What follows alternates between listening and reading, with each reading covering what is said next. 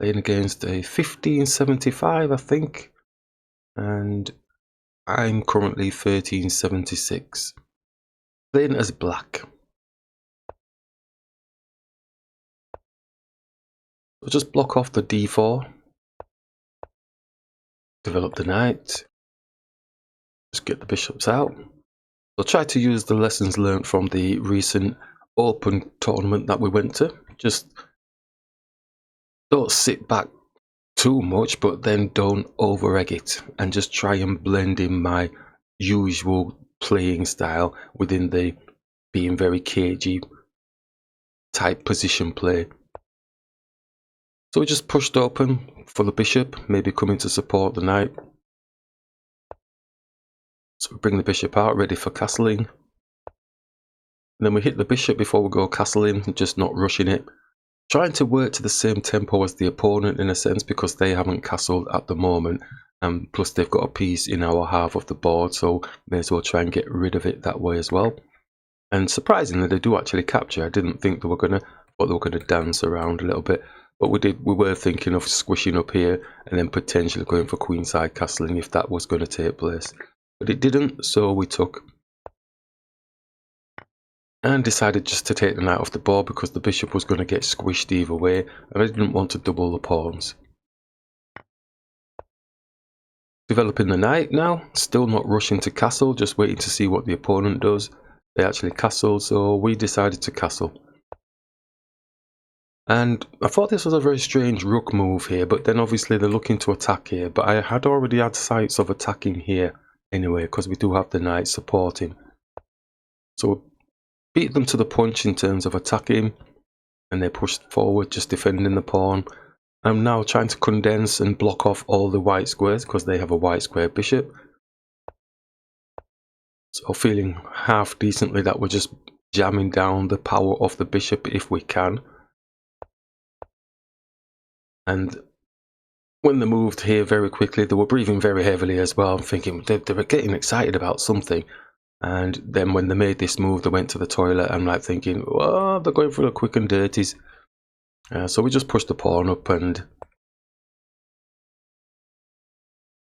found a half decent position. So the knight moved, and we bring the bishop back now. So it's in the fianchetto position, which we've been practicing. We don't like it, but we're getting used to it because, you know, it's one of those things. It has to be done. We're not rushing anything. We've blocked off this area at the minute. We are expecting the head of the snake to be challenged. Obviously, when you get higher up with your pawns, they usually start targeting them. But for now, thinking they're going to start blasting through here, we're looking to try and block this area off from this menacing attack. We do have sights of the knight dancing around here, maybe dancing around here, trying to put some pressure with the queen, maybe towards the king. If we can get the knight working together with the queen, maybe we can get a squish. So that was our long-term strategical type thinking. And they push through the center. I'm thinking, oh, we could push here now, but I'm just waiting to see what they're going to do because it looks like they're overextending. So we bring the queen up. Now we're trying to fashion some sort of maybe potential type situation. Maybe getting the knight here. Maybe getting it here. Maybe. All depends on what the opponent does. So they attack our queen. So we get the queen nicely sitting in this position here. Again, in the back of my head, I'm thinking, what can this knight do? This knight looks like it can do something, putting pressure towards the king area somehow. So they push the pawn down. At this point, I'm thinking, oh, am I going to get my queen trapped here? My brain went back to the game where I'd lost my queen. I felt really good doing a similar type move like this, and my queen got trapped. I couldn't actually see anything that was going to cause it any problems. Only thing I could see was that the queen can't come down here. If they had visions of getting their rook here somehow, putting pressure on, queen can't get down here. Only safe spot is going to be here. So we're now starting to mobilize, going for the big picture that we were thinking, maybe coming here potentially, maybe coming here. So they're not having any of that because obviously if we did come here, that would have been the crucial one because we'd be able to not just yet because the knight is there, and not just yet because the queen's there, but it's a bit of a menace because the knight was also attacking this pawn. But if the queen wasn't there, obviously, then we'd be able to take the pawn. So they decided to just rush in, and I did think to myself, well, at any point really, we could just exchange the queens off if they're going to do it. So we took it, and they took with the king. A bit shocked at that as well. So we put a check on the king, looking to kind of put some pressure here. We're not looking to dance here because the knight is protecting, but it's a bit annoying just getting a check on the king. So they move out of the way. Now we can block this area off from the menacing bishop. It's basically locked this bishop out of the way. So I'm thinking they're going to probably try and do some sort of dancing with the bishop, maybe coming around here, but this pawn is here at the minute. So there's going to be pressures being put onto these pawns so that they can make some way in. That's what I'm thinking. Our knight's got a lovely merry dance again, potentially coming here and looking to manage these areas as well. As we said, head of the snake is always going to be hit. So we're just pushing our pawn up now just to give it some more support, get it a bit elevated up. And they do actually capture. Again, I was shocked and surprised. But at this point, I'm just thinking, it looks like it's going to be a draw. But I'm not going to say anything. Just, it looks fairly okay for us. And the bishops come through, as we thought, probably coming here. Probably looking to come and do this stuff. This is what, at this point, I was thinking, they're coming attacking this pawn. But can our king not come here? And then I realised something. If this knight does get here, it's going to get a 2-on-1 on the pawn. And the king's going to be shooed out of the way. And it's only got the king supporting this pawn. And I was thinking, well, maybe we can get the rook here supporting, get this rook supporting. But that's a lot of pressure on the rooks just supporting a pawn. So that was the movement that I was kind of thinking was going to start happening. So we're looking to own the file, as you do with the rooks. So that's pretty straightforward stuff. And at this point I'm thinking, wow, this bishop's not doing much. So we need to get this bishop out here and potentially supporting this. But also kind of stopping the knight. Well, not stopping, but if the knight comes here, we can take. I was thinking, oh, I wish I had 2 dark square bishops because then it could stop the knight from jumping here as well. Bishop's down, so I'm thinking, oh, they're definitely going for that plan. So we continue with the bishop move, and we bring the bishop up. I didn't expect any of these pawn type maneuvers. I thought maybe they were going to start attacking with the pot rook here or something. And the bishop comes and blocks. At this moment, I'm thinking, oh, well, I'm just going to go for basic rook doubling.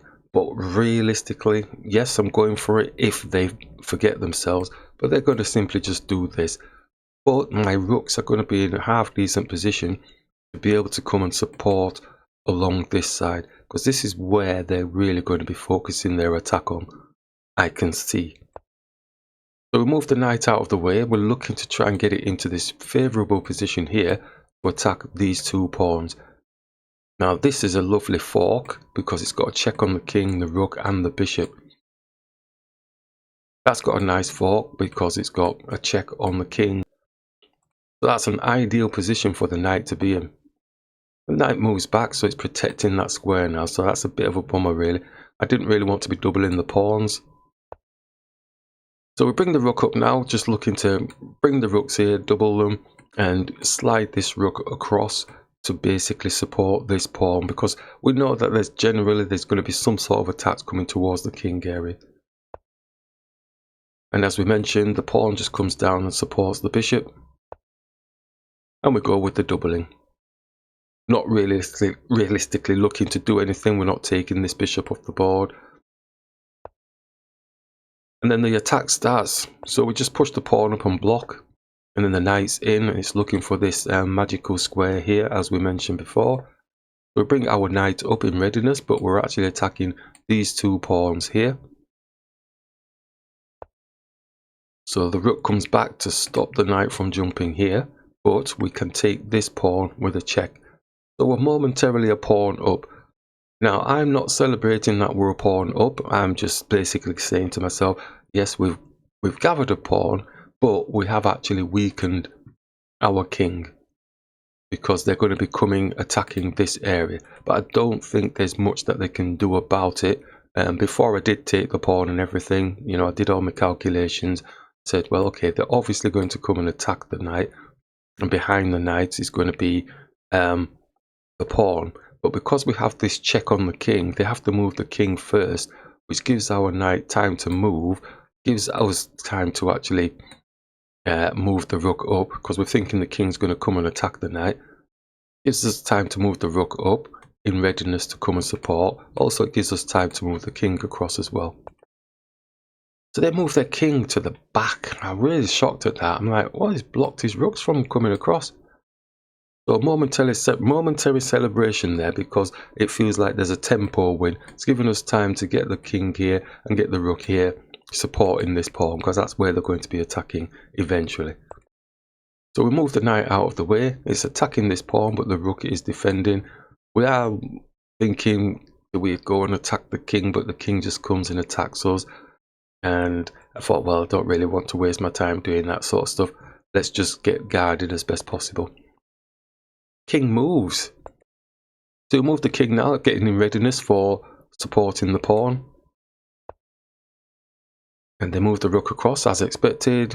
We move the king up because what we didn't want is the bishop doing a sly attack here.